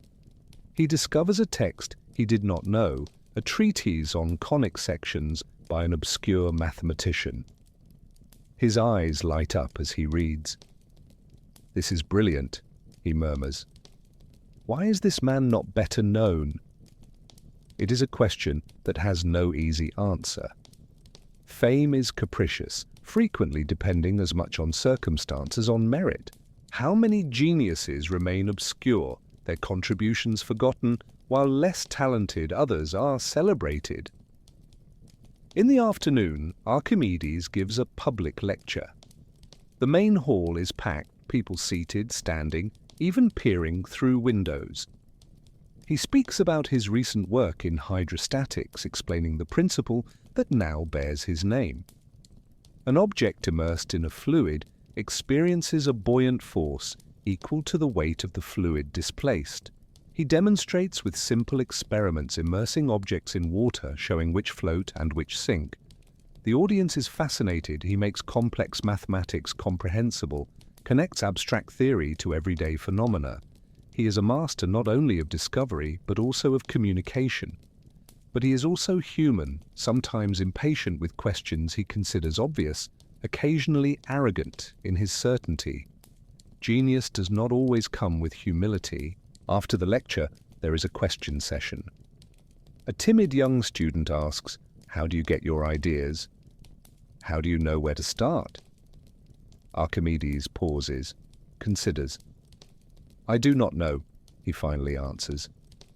"The ideas come, sometimes when I am working intensely on a problem, sometimes when I am relaxed, bathing, walking. There is no guaranteed method. You must immerse yourself in the problem, live with it, let it occupy your mind. And then, if you are lucky, the solution appears." It is an honest answer, but also frustrating. There is no formula for genius, no process that guarantees discovery. It is part hard work, part luck, part something ineffable that cannot be taught. Archimedes spends several days in the library working on a new treatise. He is given a private room, provided with all the materials he needs. He works intensely, sometimes forgetting to eat, having to be reminded by concerned assistants. When he is in the midst of a problem, nothing else exists. It is obsession, but also passion. He loves mathematics with an intensity that borders on the religious. For him, mathematics is not merely a useful tool, but a path to eternal truth, pure beauty. Isn't that what motivates all great thinkers? Not merely curiosity, but profound love for their object of study? But Archimedes is also a practical man.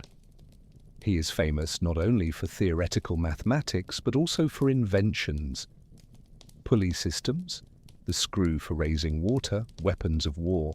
There is a tension in his work between pure and applied, between knowledge for its own sake and knowledge for practical use. Some purist scholars in the library view his inventions with disdain, consider them distractions from serious intellectual work. Archimedes disagrees vehemently. Theory without application is sterile, he argues, and application without theory is blind. We need both. It is a debate that continues to this day, which is more valuable, basic, or applied research. The answer, of course, is that we need both, that they are complementary, not opposed. During his stay, Archimedes also engages in debates with other scholars. Not all are admirers. One philosopher argues that mathematics, however elegant, does not touch the truly important questions about how to live, what to value, how to create a just society. Archimedes responds that mathematics provides tools for thinking clearly, that rigorous logic is essential to any investigation, including ethics and politics. The debate is not resolved, but it is stimulating. Even geniuses benefit from being challenged, from having to defend and articulate their positions. Intellectual bubbles, where everyone agrees, are comfortable but sterile.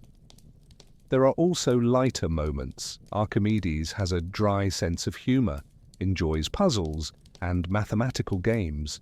He challenges other scholars with problems, delights when they struggle, even more delighted when someone occasionally finds a solution. There is a playful quality to his relationship with mathematics, a sense that it is game as much as serious work. This is part of his genius. He has never lost the ability to marvel, to find joy in mathematical patterns and relationships. Many of us lose this as we age, become too serious, forget that learning can be fun. Archimedes' visit also raises questions about patronage and resources. He is able to do his work because he has wealthy patrons, the king of Syracuse, who employs him and finances his research. Without this support, he would have to earn a living in other ways, would have less time for mathematics. The library operates similarly, dependent on royal patronage from the Ptolemies. This raises uncomfortable questions. Is knowledge possible without wealth? Do great intellectual achievements require resources that only the rich can provide? And if so, does that mean knowledge inevitably serves the interests of the powerful? Or can there be ways of financing intellectual work that are more democratic, less dependent on the whims of individual patrons? When Archimedes finally departs, there is a sense of loss. His presence energized the library, inspired scholars, elevated the level of discourse. But there is also relief. His intensity was exhausting, his demands for excellence sometimes intimidating. Life returns to its normal rhythm, perhaps a bit slower, but also more sustainable. We cannot all be Archimedes, working with feverish intensity, producing genius after genius. Most of us make smaller, incremental contributions, but these too are valuable. Progress is built as much by the steady work of many as by flashes of genius from few. But the visit leaves a lasting mark. Scholars who interacted with Archimedes recount stories about him for years. His ideas circulate, influence the work of others. The treatise he wrote during his stay is copied multiple times, becomes a standard text. His physical presence was temporary, but his intellectual impact is permanent. Isn't that what great thinkers do? Not merely produce their own work, but also inspire and elevate others? Legacy is not merely what you create, but also how you influence those around you. And as the library returns to its daily rhythm, a question remains. In an era of instant communication, where ideas can be shared globally in seconds, do we still need physical meetings between thinkers? Or is there something about physical presence, about face-to-face conversations, about the shared energy of brilliant minds in the same space that cannot be replicated digitally? And if there is, how do we ensure such meetings happen, that we do not isolate ourselves in digital bubbles, interacting only with those who already agree with us? But even as we celebrate illustrious visitors, there is always the shadow of a threat that never completely disappears. It is an ordinary afternoon at the Library of Alexandria. The sun is high, the heat intense, even within the ventilated halls. Scholars work, scribes copy, guards patrol. Everything seems normal, but in a storage room at the back of the complex, something is terribly wrong. An oil lamp, accidentally left too close to papyrus scrolls, tips over. A small flame licks the dry papyrus. For a moment, it seems it might extinguish itself. But then the fire finds more fuel, grows, spreads. Smoke begins to rise. There is still no alarm. The room is empty. No one has seen. But in minutes, that will change, and the library will face a brutal reminder of its own fragility. A guard, making his rounds, smells smoke. He runs toward the source, sees flames through a half-open door. For a moment he freezes, paralyzed by horror. Then training takes over. He shouts, "Fire! Fire!" with all the force of his lungs. The sound echoes through the corridors. For a moment there is stunned silence. Then chaos. People run in all directions. Some toward the fire, carrying buckets of water and sand. Others away, seeking safety. Some freeze, unable to process what is happening. The guard continues shouting, directing people, trying to organize response. But there is panic in the air, a primitive fear of fire that no training can completely eliminate. The head librarian arrives running. He assesses the situation in seconds. The fire is still small, contained in one room. It can be controlled, but if it spreads to the main halls with their infinite rows of flammable papyrus, it will be catastrophe. He begins giving orders. You organize the bucket brigade. You wet the adjacent walls. You begin removing scrolls from nearby rooms. His voice is calm, authoritative. People respond. Chaos begins to organize into coordinated action.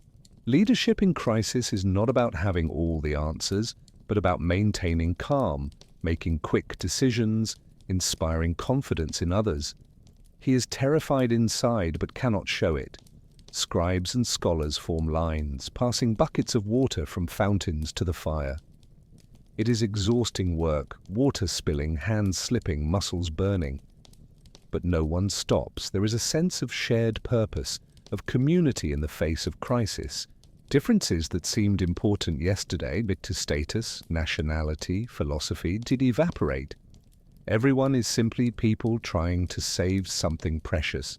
Crises reveal character, but they also create solidarity.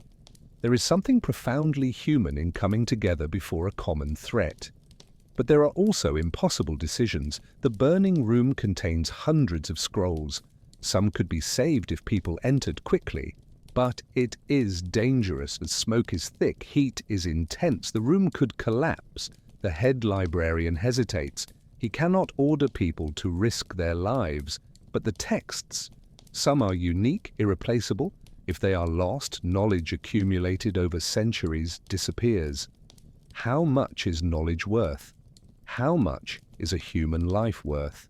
How do you compare? Before he can decide, 3 young scholars, without waiting for orders, cover their faces with wet cloths and run into the burning room. They emerge minutes later, coughing, eyes watering, but carrying armfuls of scrolls. They return repeatedly until the heat becomes unbearable. Heroism is not always planned. Sometimes it is spontaneous impulse. After what seems like hours but is only 30 minutes, the fire is extinguished, the room is destroyed, walls blackened, ceiling partially collapsed. But the fire did not spread. The library is saved. There is a moment of stunned silence, then spontaneous applause, embraces, tears of relief. People collapse from exhaustion, burned hands, soaked clothes. But there is also euphoria. They did it, saved the library. It is victory, but also a reminder of how fragile everything is, how quickly decades of work can be destroyed. The damage assessment begins. About 200 scrolls were completely destroyed, another 100 damaged, but perhaps recoverable. It is significant loss, but could have been much worse. The head librarian orders a complete inventory, trying to determine exactly what was lost. Some texts had copies elsewhere, others were unique. For these, the loss is permanent. There is a sense of mourning, as if people had died. In a sense, voices have been silenced, ideas extinguished. Knowledge, once lost, rarely can be recovered. But there are also lessons to learn. How did the fire start? Negligence, a lamp left unsupervised. Could it have been prevented? Absolutely. New protocols are immediately implemented. No open flames in storage rooms, more frequent inspections, more guards, more firefighting equipment. The library becomes safer, but there is a cost. More rules, more restrictions, less freedom. Security and freedom are often in tension. How much of one are we willing to sacrifice for the other? It is a balance that every society, every institution must negotiate. In the days following, there is an effort to recover what was lost. Messengers are sent to other libraries asking if they have copies of the destroyed texts. Some do, and copies are requested. Others do not, and those texts are lost forever. There is also an effort to reconstruct from memory.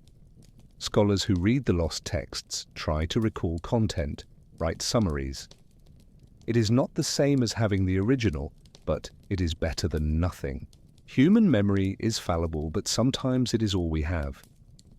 It makes you think how much of our current knowledge depends on physical preservation versus collective memory, and what happens when both fail. The fire also raises questions about priorities. Some of the texts saved by the young heroes were, frankly, not very important, minor works by obscure authors. Meanwhile, some important texts were lost because no one knew they were in that specific room.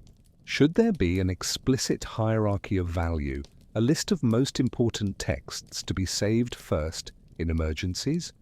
But who decides what is important? And is there not something deeply problematic about deciding in advance that some knowledge is more valuable than others? Perhaps the minor work of today will be recognized as brilliant tomorrow. Value is contextual, changes over time. There are also psychological consequences. Those who fought the fire, especially the three who entered the burning room, are treated as heroes. But some develop nightmares, wake sweating, relive the terror. One decides to leave the library, unable to continue working in a place now associated with trauma. Heroism has costs that are not always visible. And there is also survivor's guilt. Why did I survive when texts were lost? Could I have done more? These questions haunt some for years. Trauma is not merely physical, it is also psychological and can last long after physical wounds heal. The head librarian, in particular, is haunted by the fire. He blames himself, feels he should have implemented more rigorous protocols beforehand, that the losses are his responsibility. He becomes more cautious, more risk-averse, sometimes excessively so. There is a cost to leadership, a weight of responsibility that can crush. He ages visibly in the weeks after the fire, hair becoming more grey, lines deepening in his face. But he continues because someone must. Resilience is not absence of pain, but capacity to continue despite it. And as the library slowly recovers, repairing physical damage, rebuilding collections, processing collective trauma, a question remains. Do we always live on the brink of catastrophe, one accident away from losing everything we value? And if so, how do we live with that awareness? Do we become paralyzed by fear, trying to eliminate all risk? Or do we accept that loss is part of life, that fragility is the human condition, and continue building, creating, preserving, knowing that everything is temporary? And in our digital era, where data can be lost in seconds by technical failure or cyber attack, are we really safer than the ancients with their flammable papyri? Or do we simply trade one type of vulnerability for another? But perhaps the real question is not about safety, but about meaning. As the sun sets over Alexandria on this day that seemed ordinary but proved extraordinary, it is worthwhile to pause and reflect on what the Library of Alexandria really represents.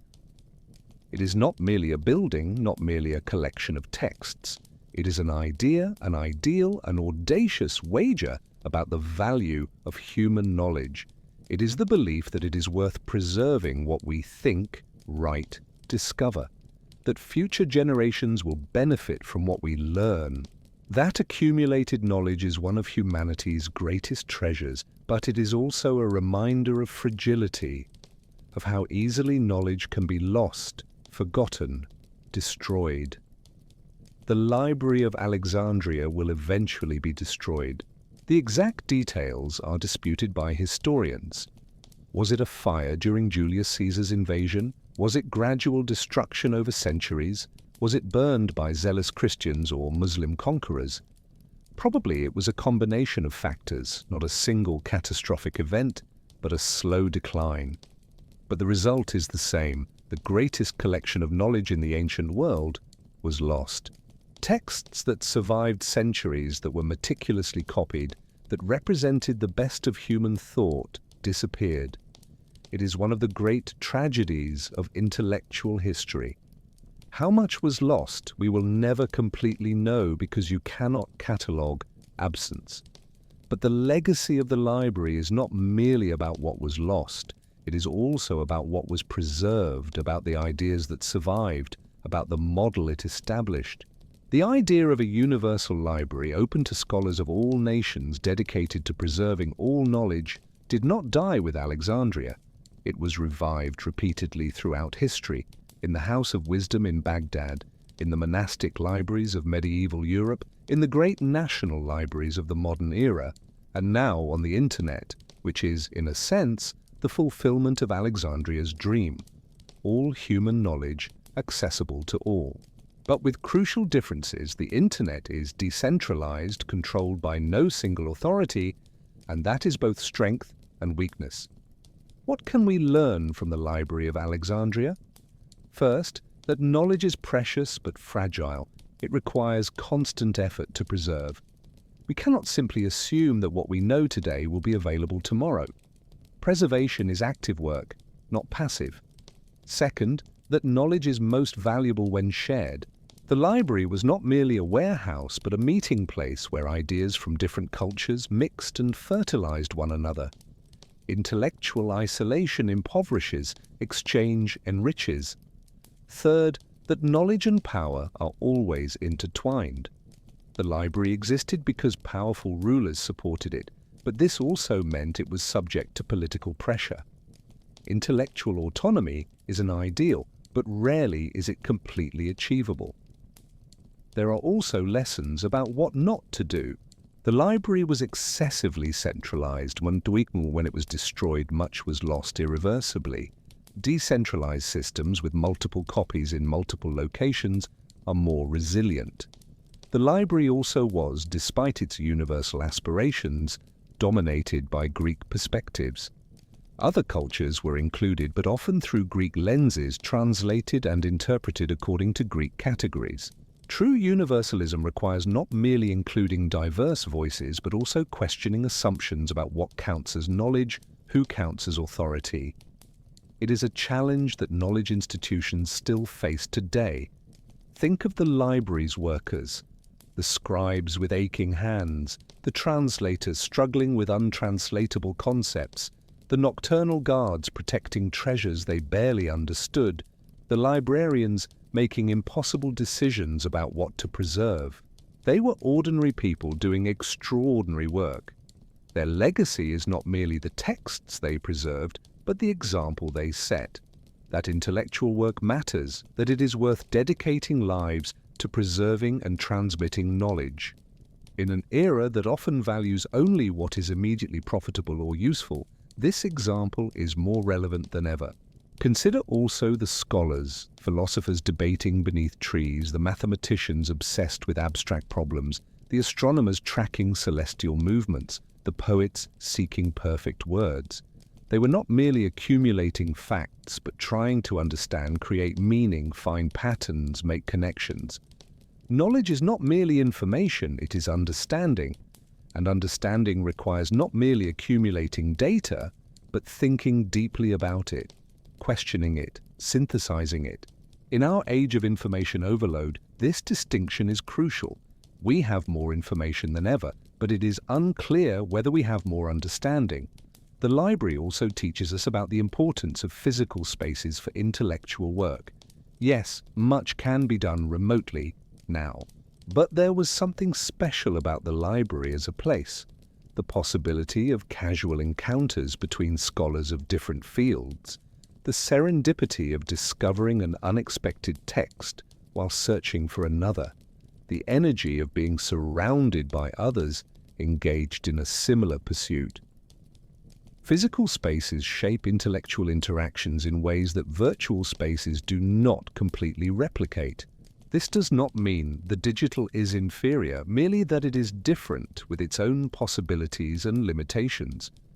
There is also a question about scale. The Library of Alexandria was vast for its time, but tiny compared to the amount of information available today. They struggled to catalogue tens of thousands of scrolls. We struggle to organize billions of web pages. But the fundamental challenge is the same. How do you organize knowledge so that it is findable and useful? How do you distinguish the valuable from the trivial? How do you preserve what matters without being crushed by volume? These are not merely technical questions, but philosophical ones. They require judgment, wisdom, values, exactly the qualities that Alexandria's librarians cultivated. And perhaps the deepest lesson is about humility. The Library of Alexandria, for all its grandeur, could not preserve everything. Much was lost. And one day, our own era will be ancient history. The servers that store our digital knowledge will eventually fail. The companies that maintain them will disappear. File formats will become obsolete. Future digital archaeologists will struggle to recover fragments of our civilization, just as we struggle to recover fragments of Alexandria. This is not reason for despair, but for action. Each generation has the responsibility to preserve what it received and transmit it to the next. It is endless work, but also essential. It is what makes us human, this capacity to learn from the past, build in the present, and bequeath to the future. As the last lights of day disappear over the Mediterranean and stars begin to appear in the sky over Alexandria, the library remains. For now, its torches glow in the windows. Inside, scholars still work, scribes still copy, guards still watch. Tomorrow the cycle will begin again. Ships will arrive with new texts. Debates will happen in the gardens. Knowledge will be preserved, shared, questioned, expanded. It is work that never ends because human knowledge is never complete. There is always more to learn, more to understand, more to discover. And perhaps that is what the Library of Alexandria really teaches us, that the pursuit of knowledge is not about reaching a final destination, but about the journey itself. It is not about having all the answers, but about asking the right questions. It is not about absolute certainty, but about constant curiosity. It is not about preserving the past perfectly, but about building bridges between past, present, and future. The library may have been destroyed, but the idea it represented, that knowledge is precious, that it is worth preserving, that it should be shared, that idea survived. And as long as there are people who value knowledge, who dedicate their lives to learning and teaching, to preserving and sharing, the spirit of the Library of Alexandria will live. So as you prepare for sleep, carrying with you the images of this extraordinary day in ancient Alexandria, remember? You too are part of this unbroken chain of knowledge that extends through the millennia. Every book you read, every idea you share, every question you ask, is a link in that chain.